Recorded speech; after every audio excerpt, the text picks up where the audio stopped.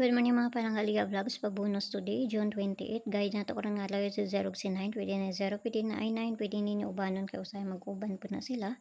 No, so nara na sa inyo ha.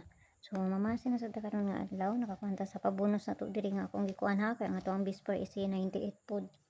Okay, so ang pagbonus sa gahapon si 471, ang paligas ani niya is si 470 to akong gihatag no.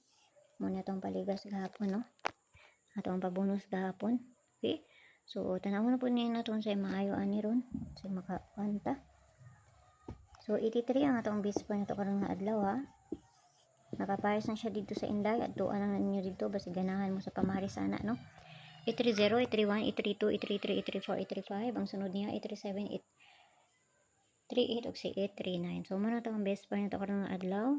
So, diri na ta hatag na tagpa-bonus kay dalion na to ni mata na niya kung ano dali-dali ra jud ning ako ay. So, di pa ko katarong og kuan. Okay, so ang pabonus na to is si 770. Double na siya ha. 770. So, kamo na bahala na plus minus ra man ang sa kakuan ninyo ana no. Kung ako'y magpaligas ana niya is si 170. Mo ni akong paligas ana niya, no? So, kana ra. Kamo na ikuan na kung ganahan mo ana no. Di gani mong ganahan, ayaw ninyo abay kay pamasin naman nga tuwa. Wa man ta kay balon sa ilang bulahon jud. Okay, so kana ra. Mo rin na diri sa kuha. Tanag mag 77 ron kay mag all 77 na lang taan ni. Okay, so kana lang ang piyang tanan ug mayong buntag da sa inyo ug ayaw kayo mo pagpalabi ani ginagmay lang ha.